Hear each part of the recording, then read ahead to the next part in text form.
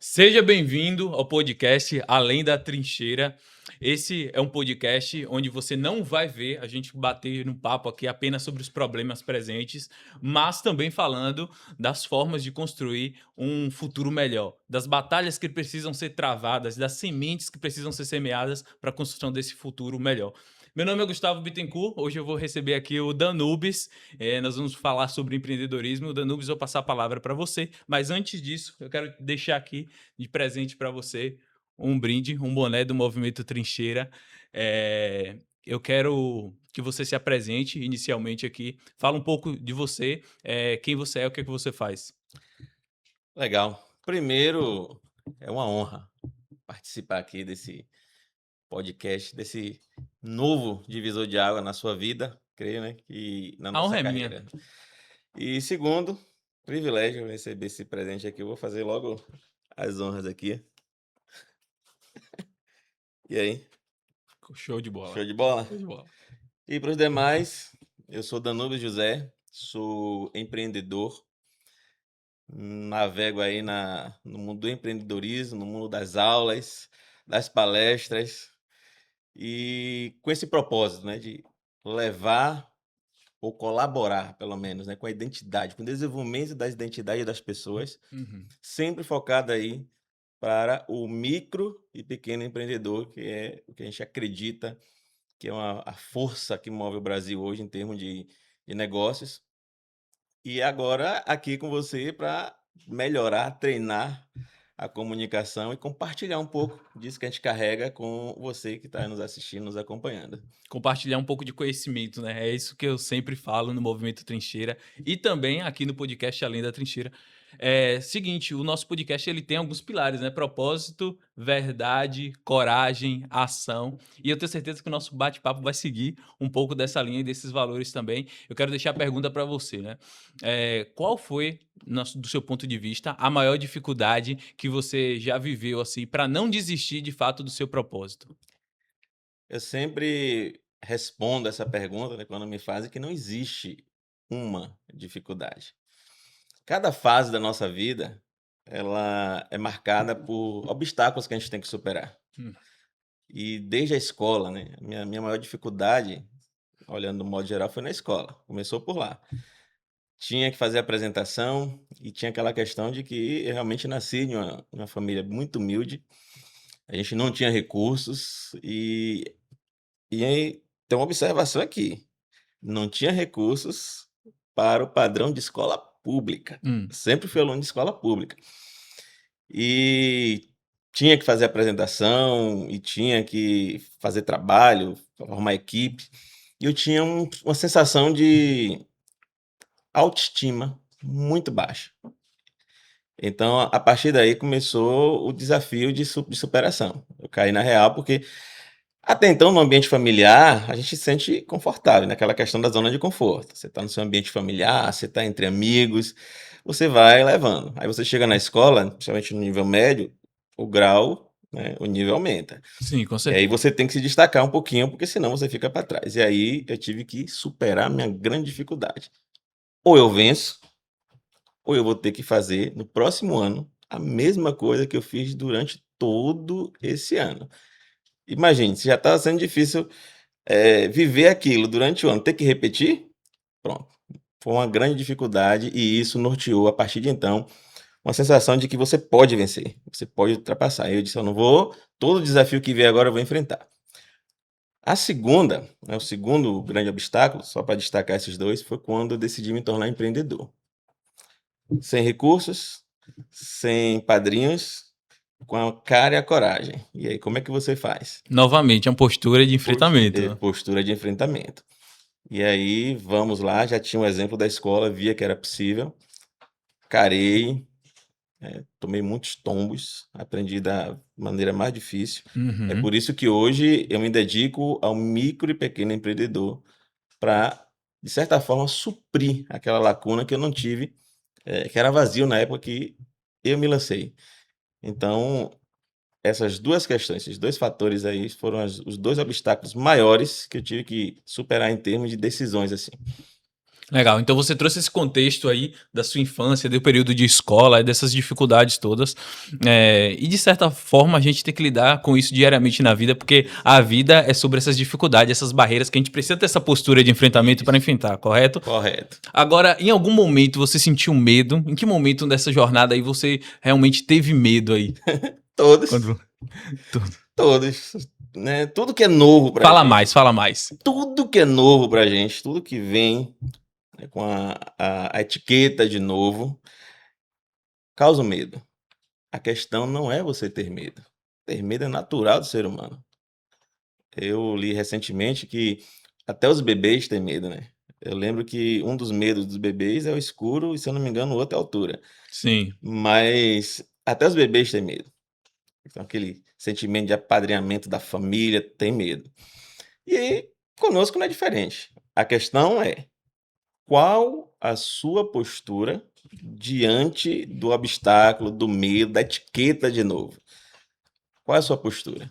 Você vai se acovardar? Você vai desistir?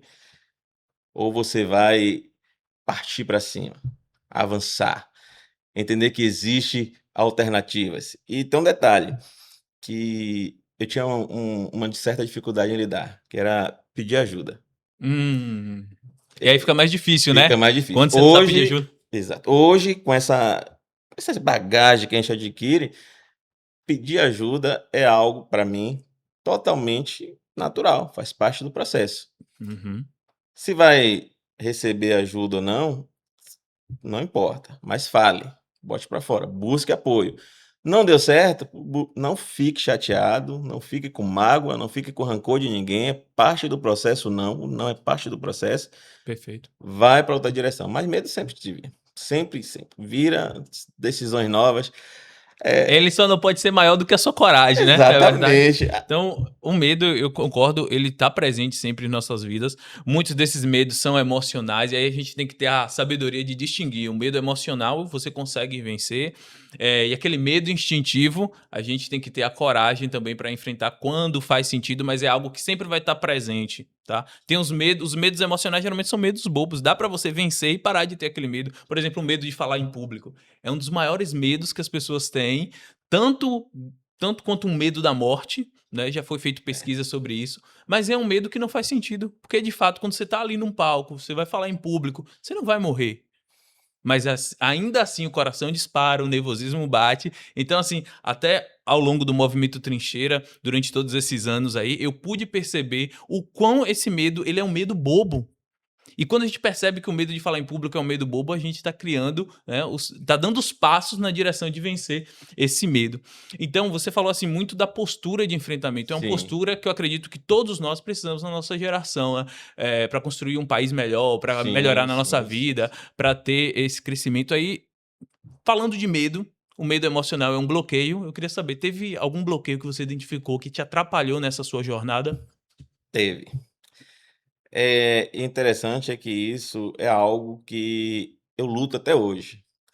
O meu maior É bloqueio uma batalha que está sendo é travada nesse momento nesse também, momento. né? O meu Tá. maior bloqueio chama-se perfeccionismo. Sempre fui muito perfeccionista.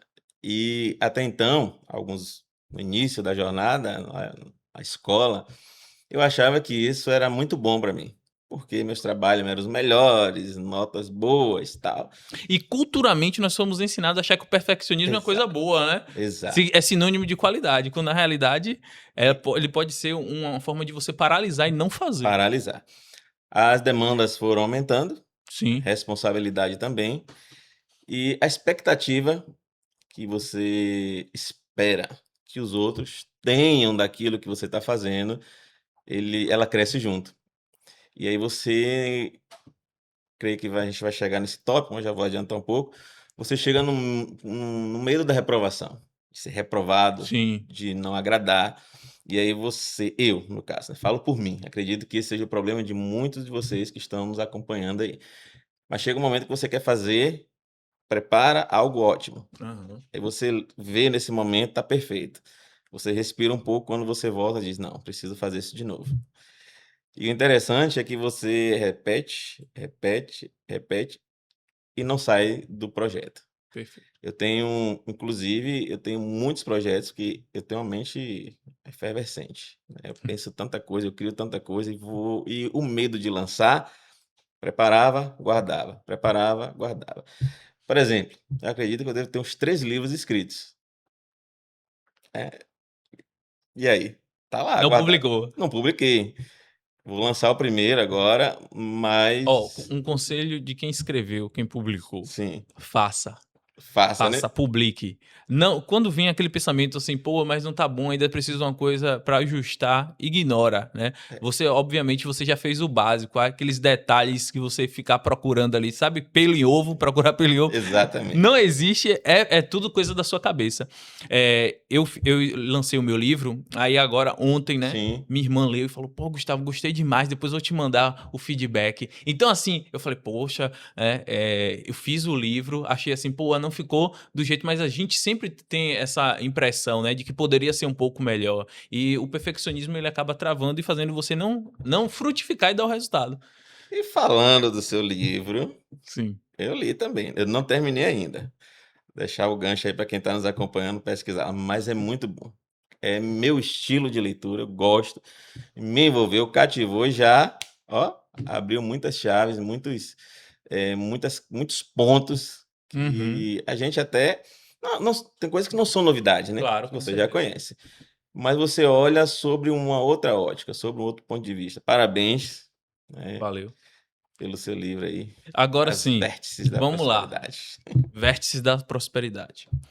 Você falou aí, né, do perfeccionismo, desse medo, dessa dificuldade aí toda inicial, mas qual foi a chave que virou pra você perceber que precisava mudar, sabe? Sair daquele lugar de desconforto que talvez você que tá assistindo aí tá naquele lugar de desconforto.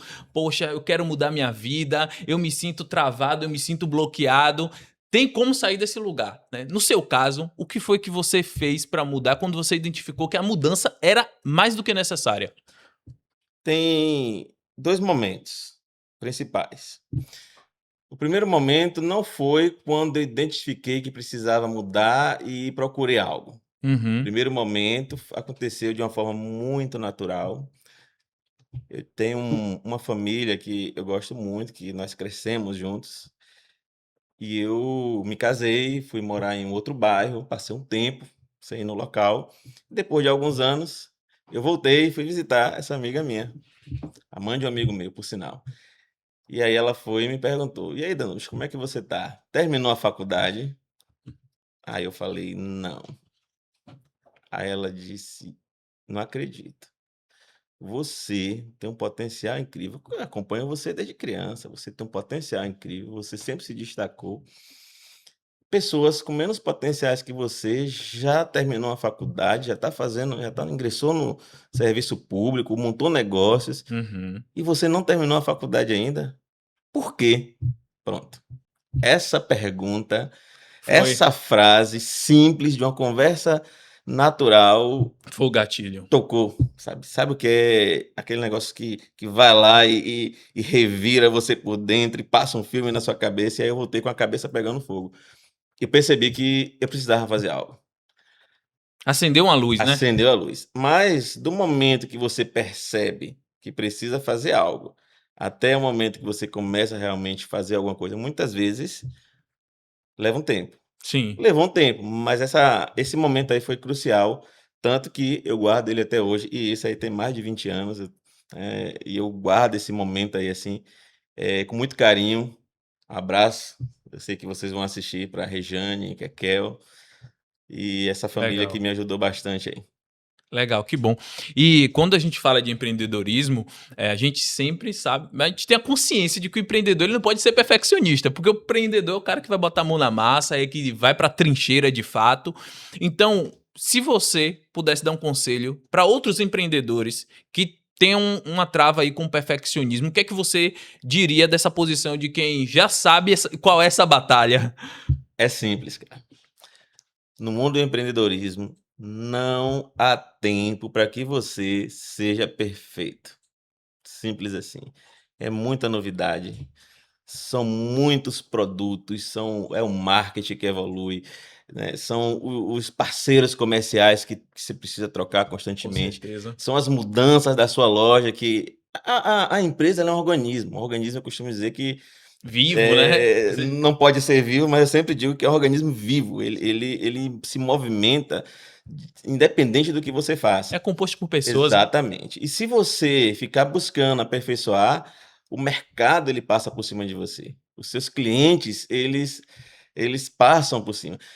Tem uma analogia que eu costumo falar, quando é uma partida de futebol, que você vai tocar a bola, você toca a bola isso é para quem joga futebol, né. Eu joguei durante muito tempo, não jogo mais, mas Aposentou, foi? muito cedo por sinal.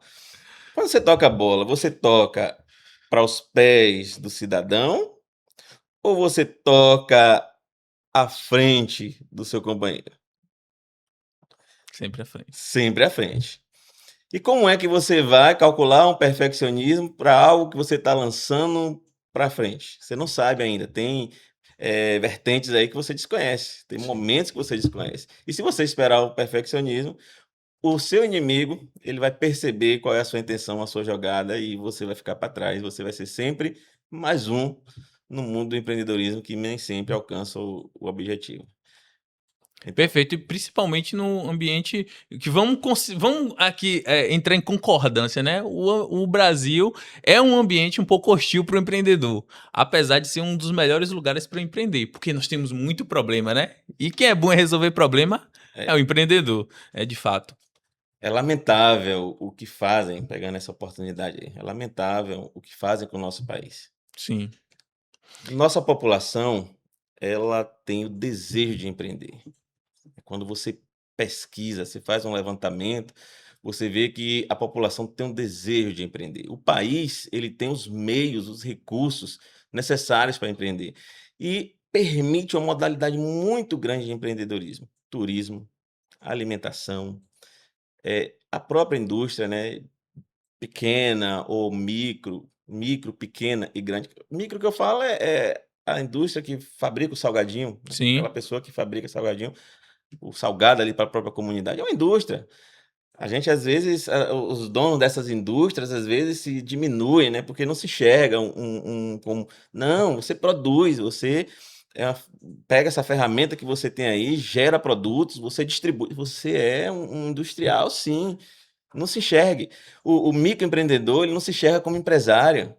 Por quê? Por conta da cultura do nosso país. A cultura. Então nós temos uma sociedade muito empreendedora, nós temos uma diversidade muito grande de, produtos, de comércios, logística, serviços que as E um pessoas mercado podem empreender. consumidor Um grande. mercado consumidor gigantesco, mas nós não temos uma política pública que motive o empreendedor, que incentive, que dê as ferramentas e que Sim, diga: "Olha empreendedor, minha opinião, olha, empreendedor, você é a força motriz do nosso país e você é que perfeito. transforma essa nação. Vamos te dar o que você precisa e você vai produzir. Pelo contrário, muitas vezes o nosso país foca muito na CLT, no produtor braçal, remunerado. Nada contra isso. Quem me conhece, que fala de empreendedorismo, sabe que eu sempre falo. O país precisa de funcionários públicos, o país precisa de CLTs, de pessoas que trabalham regime de CLT, precisam de empresários, precisa de todos os tipos de profissionais, mas nós precisamos dar condições para que todos eles se desenvolvam. E o empreendedorismo, infelizmente, fica para trás. Perfeito, concordo. E aí pensando, assim, no na sua jornada, quando foi que você destravou para o empreendedorismo? Você teve essa luz, assim, que instalou, mas o fato mesmo de começar a empreender, começar um pequeno negócio, começar a vender, como foi esse desbloqueio aí? Eu tinha 7 para 8 anos, eu morava no interior ainda. Minha avó me deu um porco. Ó, porquinho mesmo, porco vivo, não é porco de cofrinho não. E aí eu comecei a fazer conta, disse: "Cara, pequenininho", eu lembro disso, isso é marcante para mim. Se eu arranjar um outro, ele vai gerar outro, que vai gerar outro. quando eu ficar maior um pouquinho, eu vou ter já uma série. Aí comecei. Qual a idade? Qual a idade? 7 para 8 anos. Ó a cabeça do empreendedor já falou: "Eu vou botar um pouco para É. reproduzir". Agora observe os detalhes da jornada. Sim. E aí, fiquei com meu porquinho lá, depois meu pai me deu uma ovelha, e depois, com 9 anos, ele me deu um pedacinho de terra, que eu lembro, foi minha primeira plantação. "Pais, tomem cuidado como vocês agem com seus filhos". E aí eu cuidei daquilo tudo bonitinho, e o que aconteceu? Meu pai pegou tudo ali, um certo dia, não na mesma época, mas pegou tudo aquilo e vendeu, e eu fiquei esperando o dinheiro até hoje. Aí Caramba, foi minha primeira sacanagem, decepção com sacanagem. foi minha primeira decepção com o empreendedorismo. E aí mas não desisti.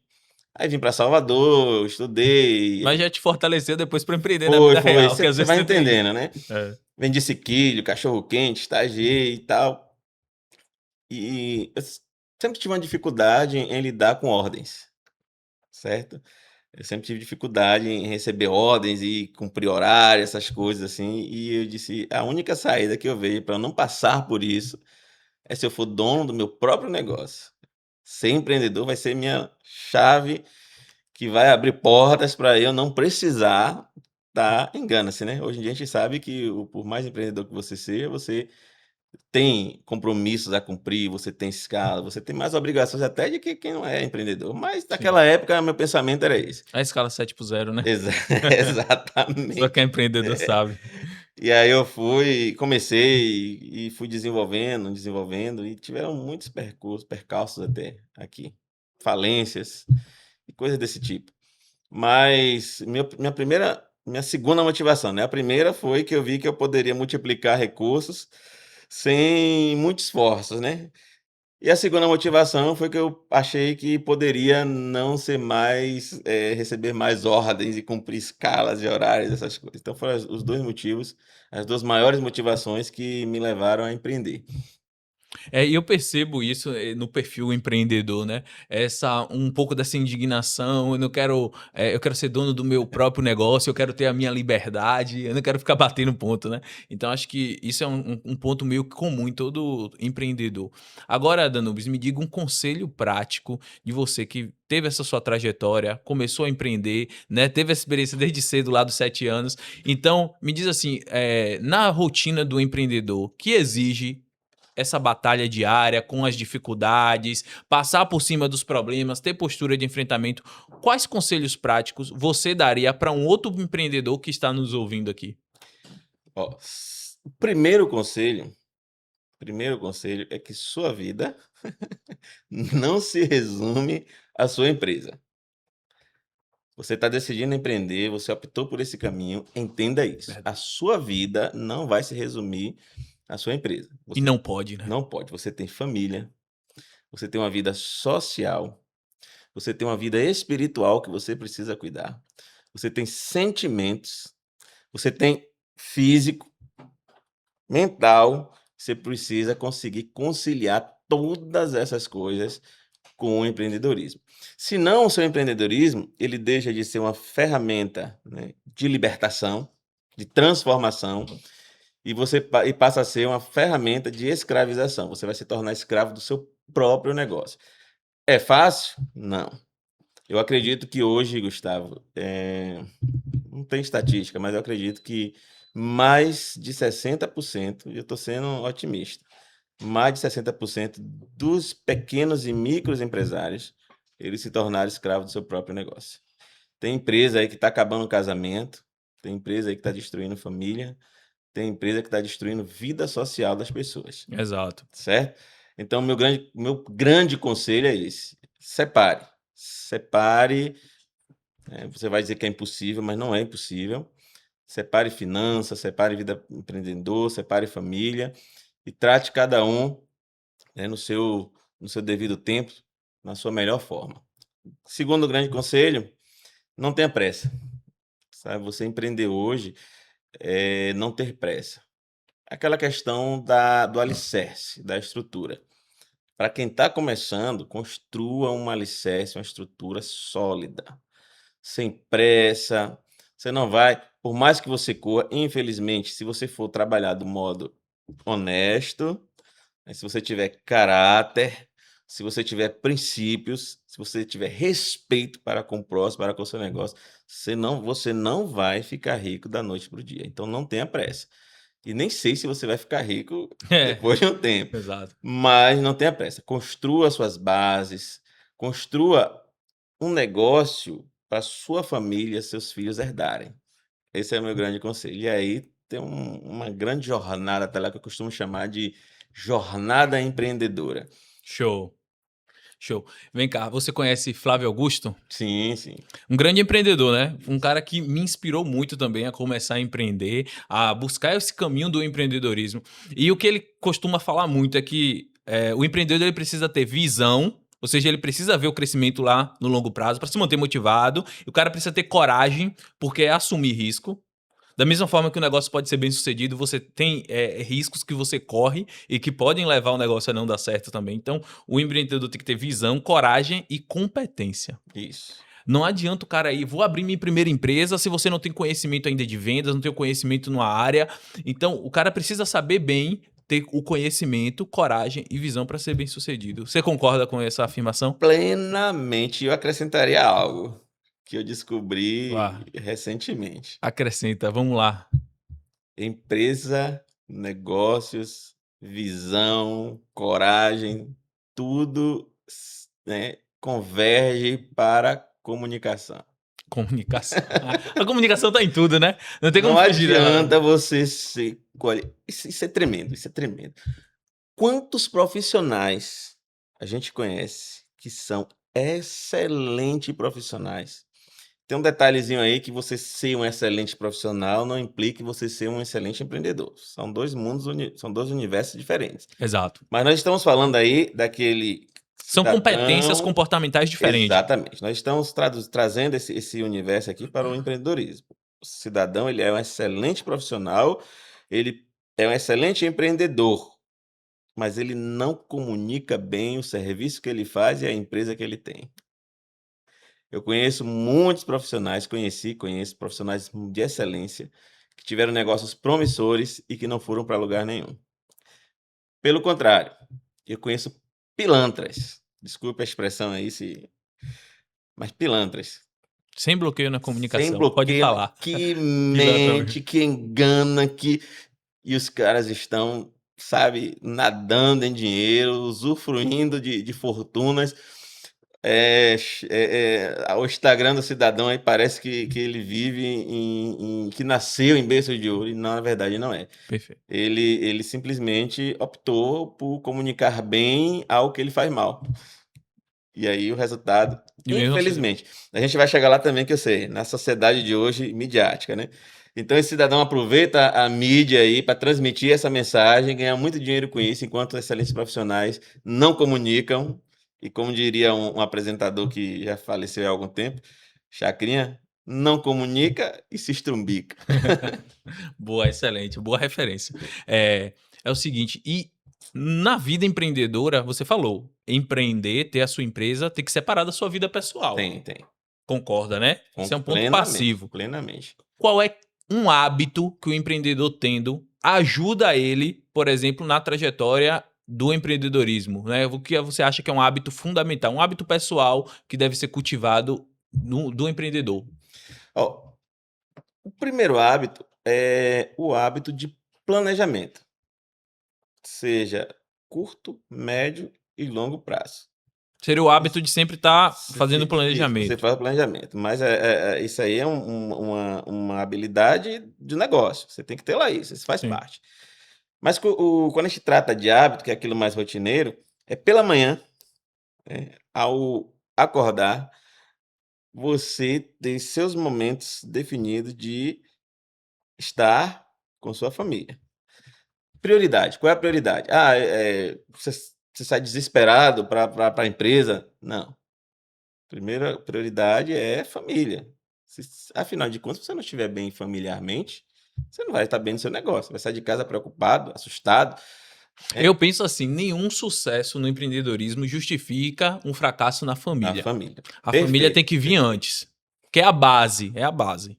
Então, você não consegue fazer isso? Agora vamos falar um pouquinho de estratégia. Por exemplo, eu montei eu montei minha empresa perto da minha casa. Eu vou andando.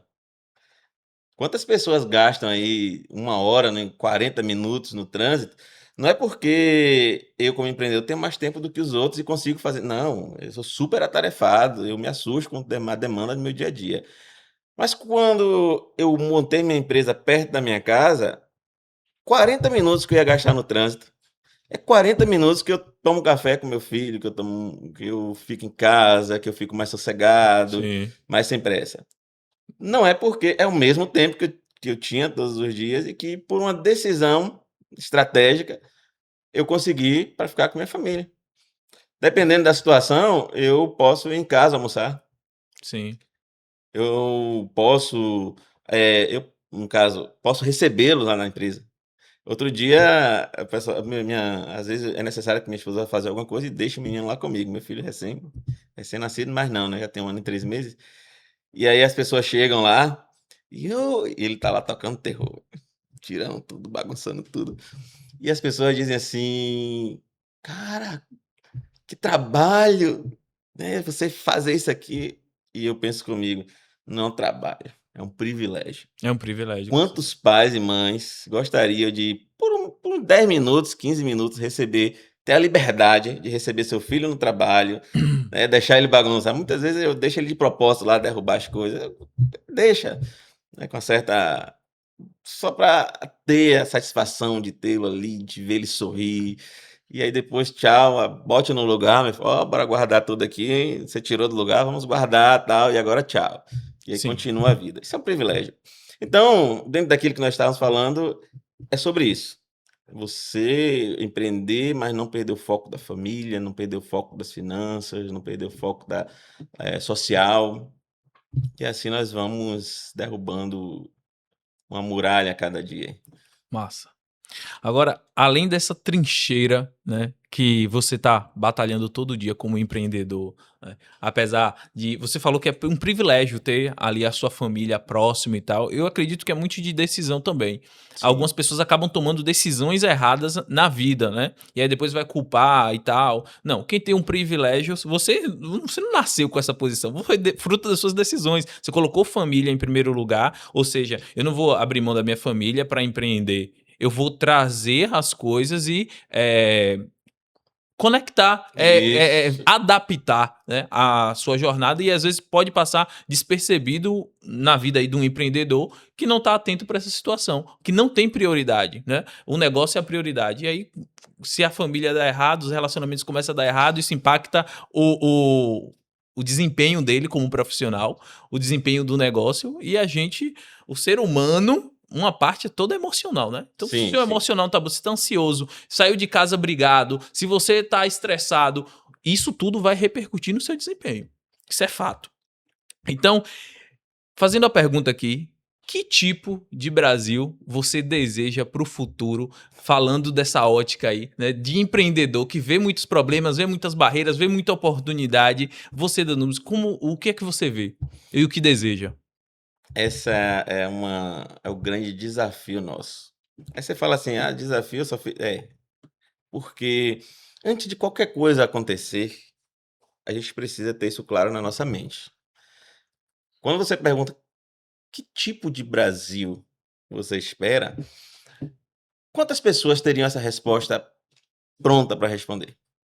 Se você não tem essa resposta pronta, Principalmente, eu levanto esse ponto aqui, com as pessoas totalmente desconectadas das coisas importantes da vida e perdendo tempo com rede social, com jogos de aposta, sabe? Com coisas que não vão levar elas ao crescimento. é, Então, quando a gente pega e faz uma pergunta dessa que eu fiz pra você, pra esse perfil de pessoa, a pessoa vai estar perdida. tá perdida.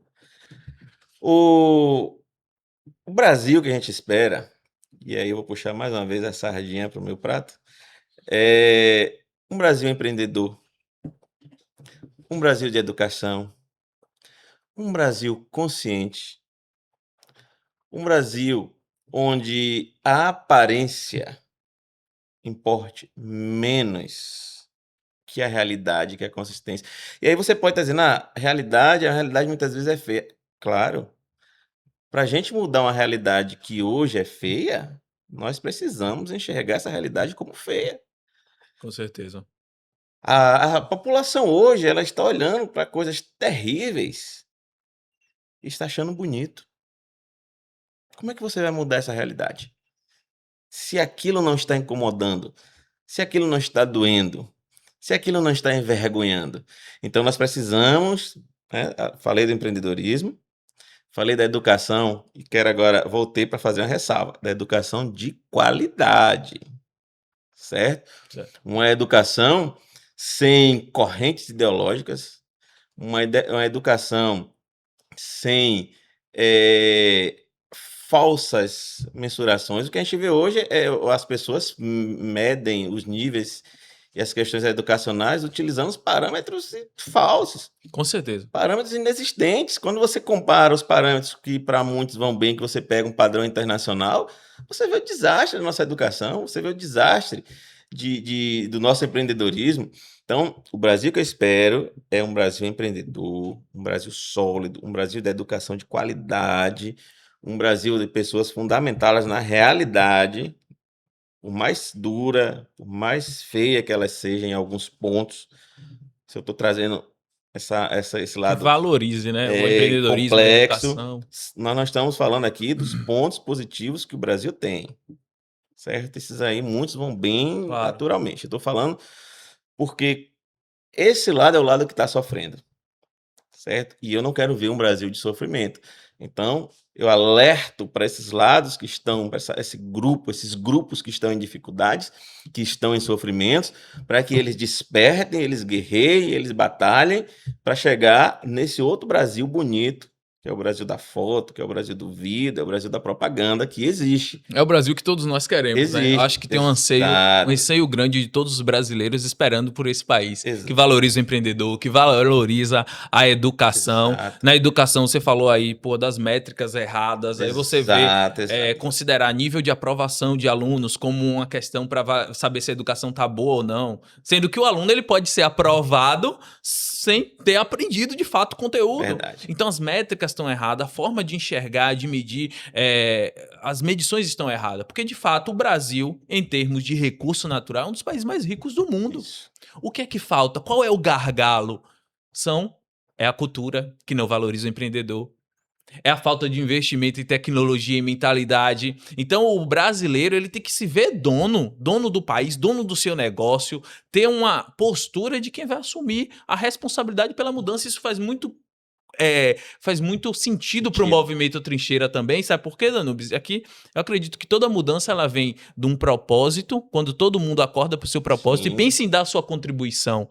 Não fazer só por si, mas saber porque é importante fazer para construir um legado. Aí eu trago sempre na trincheira a questão de nascer um herói interior que todos nós temos dentro de nós. Porque o que é o herói? É esse empreendedor que vai para o campo de batalha, enfrenta o vilão das dificuldades, dos Sim. desafios, mas ele, com essa postura de enfrentamento, ele não se acovarda, ele não fica quieto, ele não se omite. Ele vai na direção das dificuldades, enfrenta essas dificuldades, sabendo do propósito e dá a sua contribuição.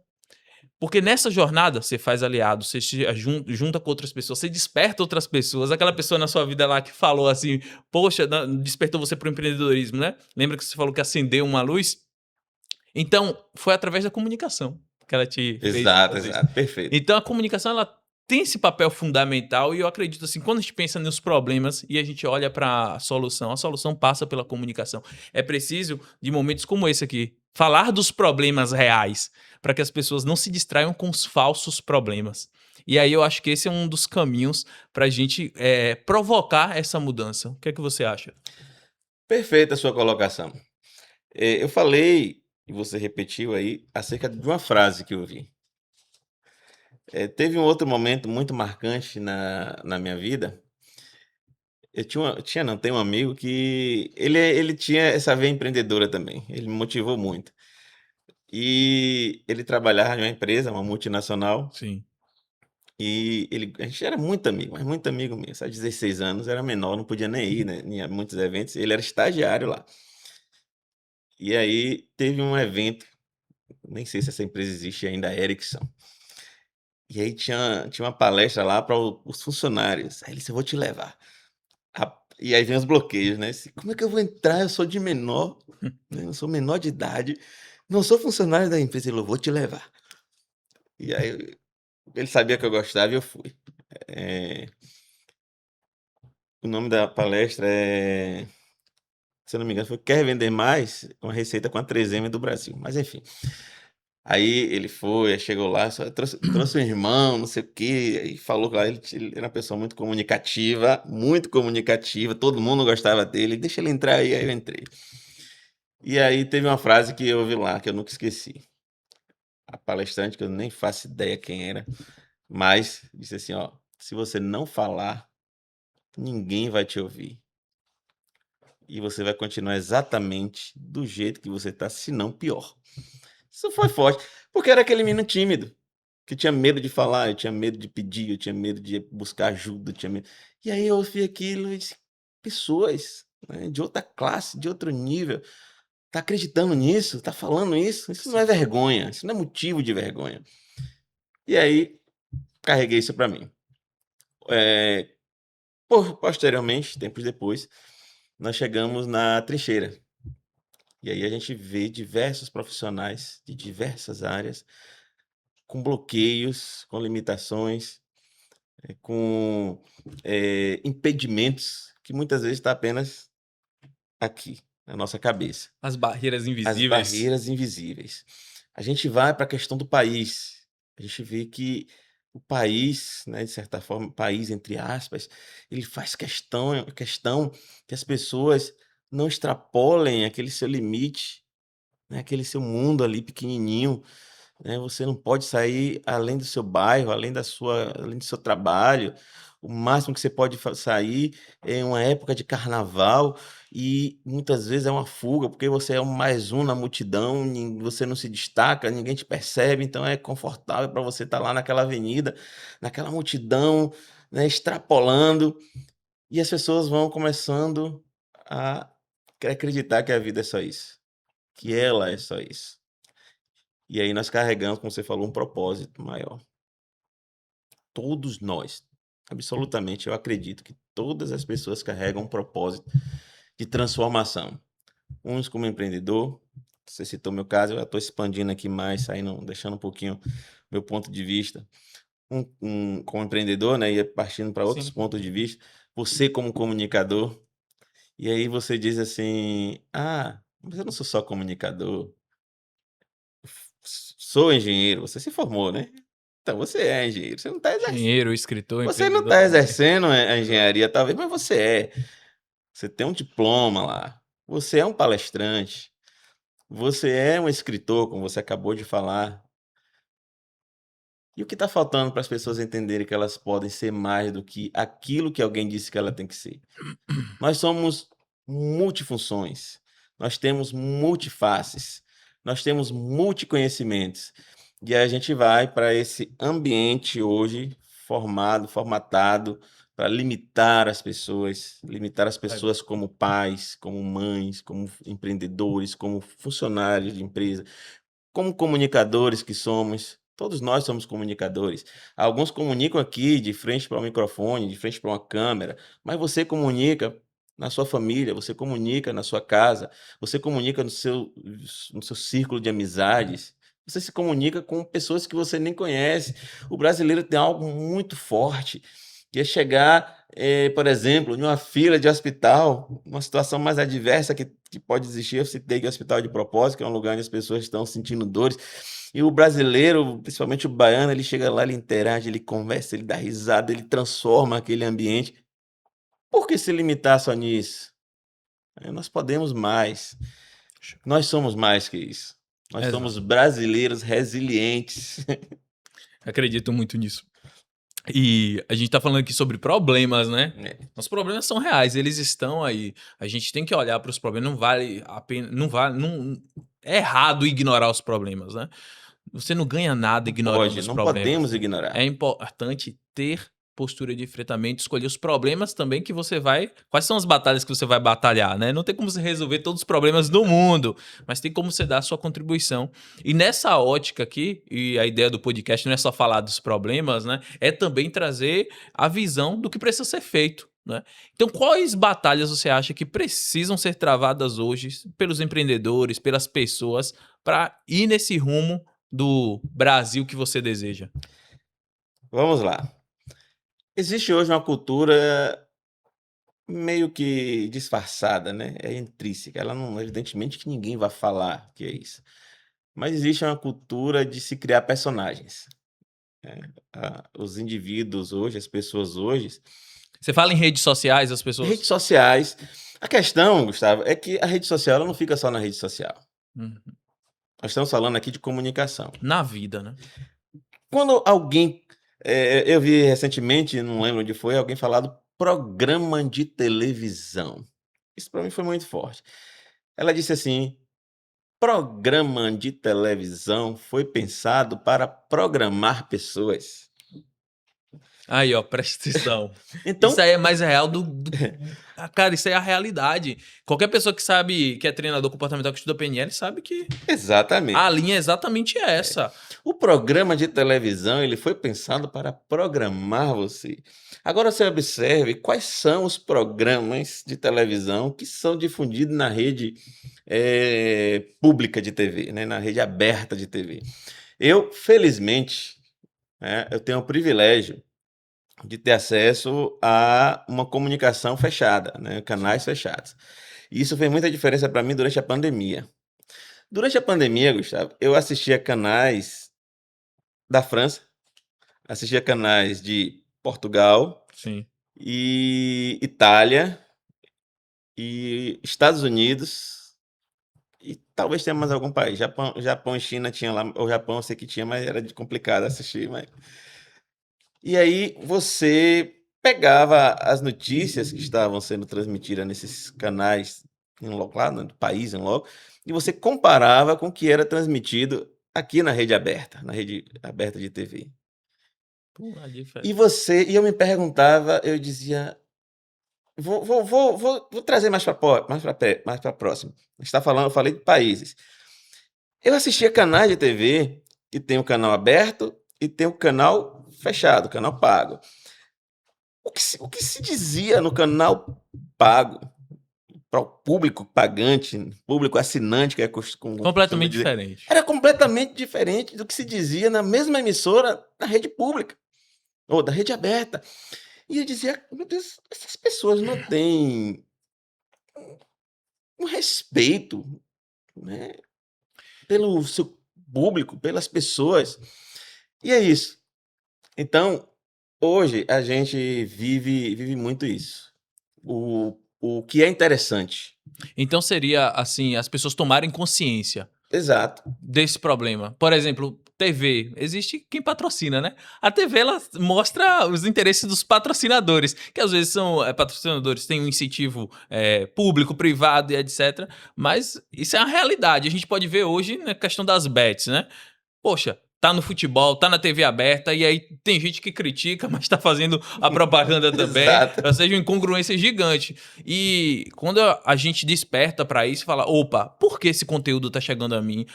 Existe um patrocinador por trás. Alguém quis que essa mensagem chegasse até o público. E é quando você percebe isso, você toma consciência pra não ser refém desse jogo, não ser o escravo que vai ser programado.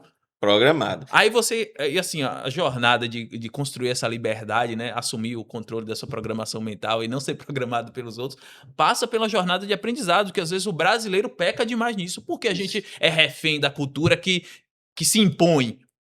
Porque o brasileiro não lê. Quantos livros o brasileiro lê por ano? Eu vi um vídeo antigo na internet que um jornalista estava entrevistando as pessoas. E aí eu não sei se era da década de 80. Fato é que as pessoas respondiam: não, eu tô lendo 3 livros agora nesse mês aqui e tal e tal. Aí o outro, eu gosto de ler Machado de Assis e tal. Aí eu falei, cara, é outra cultura. Aquele Brasil não existe mais.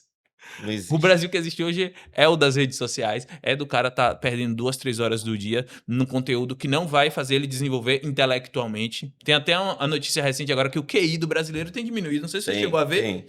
Cara, é a primeira geração que o QI é menor do que o da geração geração anterior. passada. Isso nunca aconteceu. É nutrição, as pessoas estão se alimentando mal, não tá tendo estímulo. Algo tá errado e algo precisa mudar. E se você não quer ser refém, eu acho que os empreendedores têm um grande papel nisso. Tem. Porque o empreendedor, ele vai se posicionar. O empreendedor sustenta o país, né? Quem mantém um país de pé é os empreendedores e a força de trabalho. Então, assim, a gente tem que cobrar, tem que falar sobre os problemas. E é a pergunta que eu vou deixar para você, né? O que você acha que aconteceria se as pessoas se calassem totalmente, ninguém mais falasse dos problemas? Que caminho a gente seguiria? Eu acredito que é o seguinte, existe é nítido, né, qualquer pessoa entende, compreende isso, que existem forças hoje, lutando, guerreando. Uns chamam de bem e mal, outros chamam de energias, outros, enfim, o nome que quiser. O fato é que nós temos hoje eh, forças que se degradam, lutam Isso desde o início desde dos o tempos, início. né? Queira ou não, o ser humano é quem move essas forças, né?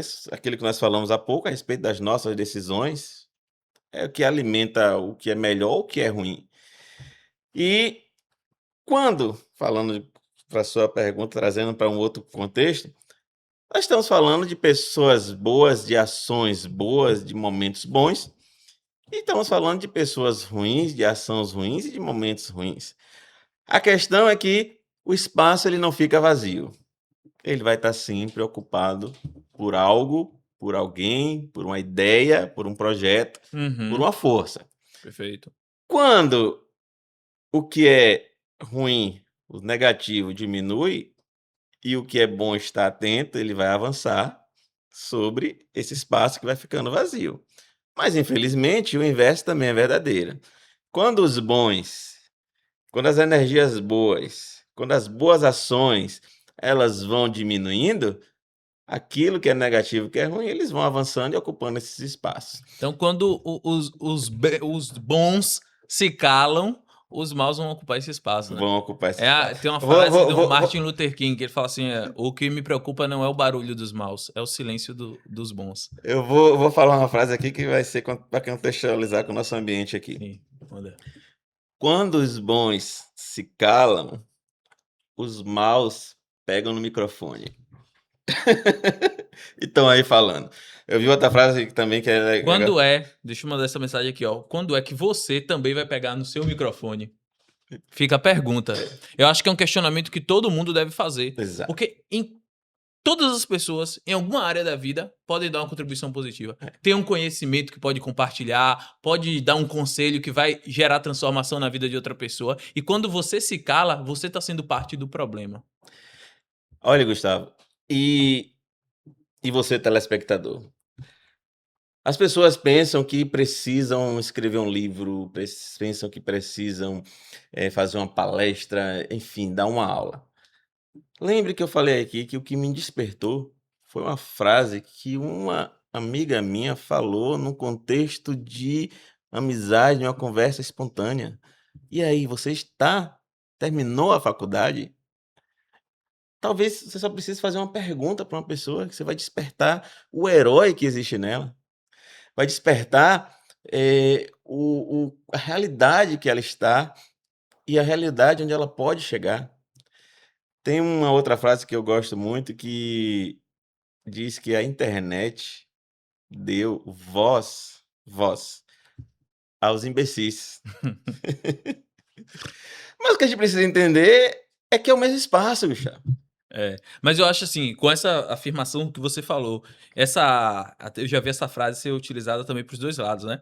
Porque ela também hoje está sendo utilizada como uma forma de dizer assim, precisamos censurar, né? Sim, sim. Precisamos, porque assim, quem tá no controle e não quer que você fale e tem o poder, vai usar esse poder para controlar, para manter o controle, você tá entendendo? Então assim, a internet deu vozes aos imbecis, bem. Isso quem vai julgar vai ser quem vai consumir o conteúdo e falar, pô, esse imbecil, né, não vou Exato. consumir esse conteúdo. E não vir um agente externo que cala as vozes, porque eu vejo que realmente o silêncio é um dos grandes problemas. Aí eu deixo essa pergunta para você. Você acha que o silêncio da nossa geração, dos empreendedores, das pessoas, tem sido um grande problema para o nosso país? E aí eu já conecto com as redes sociais. Você acredita que as redes sociais estão formando personagens ou líderes de fato que podem provocar essa mudança? Muitos personagens. Tem muitos personagens, mas não só. Como nós paramos ali, é o mesmo espaço. Tem o joio e tem o É o trigo. mesmo espaço. A decisão está, primeiro, em quem vai falar. Uhum. Eu vou falar o quê, para quem. Segundo, em quem vai ouvir. Eu vou ouvir o quê de quem. Para quê? O espaço é o mesmo. Se criou o avião para transporte, para benefício. Alguém usou para fins bélicos, para fins de guerra. É o mesmo avião, é a mesma tecnologia. Nós estamos hoje com uma tecnologia que ela pode transformar qualquer pessoa, mas a transformação ela pode ser positiva ou negativa. É por isso que eu falei mais uma vez que o Brasil precisa da educação. O Brasil precisa de educação de qualidade. Perfeito. Nós precisamos despertar. Eu vou só citar aqui uma situação para que você, empreendedor, para que você que está nos assistindo possa entender, é a situação do agro brasileiro.